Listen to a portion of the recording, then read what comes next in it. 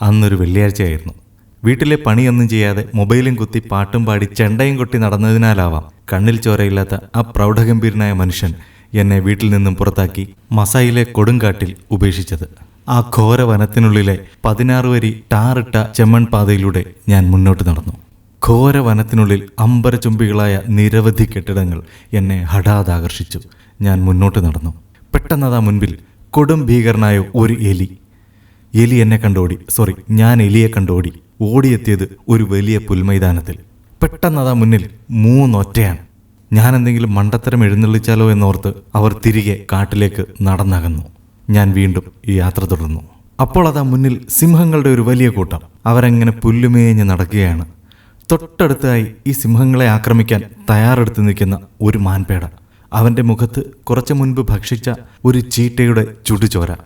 ഞാൻ വീണ്ടും ഈ യാത്ര തുടർന്നു. എൻ്റെ മനസ്സിലുള്ള കാര്യം വായിച്ചെടുത്തതിനാലാവാം ലത്തീഫ്ക വേഗം തന്നെ വന്ന് എന്നെ തിരികെ വീട്ടിലേക്ക് കൂട്ടിക്കൊണ്ടുപോയി. ഞാൻ വീണ്ടും മൊബൈലെടുത്ത് എൻ്റെ മുന്നിൽ വെച്ച് ചെണ്ടയൊക്കെ കൊട്ടി പാട്ടുപാടി അങ്ങനെ ഇരിക്കാൻ തുടങ്ങി. സലീമാക്കി മണ്ടത്തരംസ് കഭി നഹി ഖതം ഹോ ജാത്തി ഹേ. ശംഭോ മഹാദേവ. വാലേക്കും അസ്സലാം.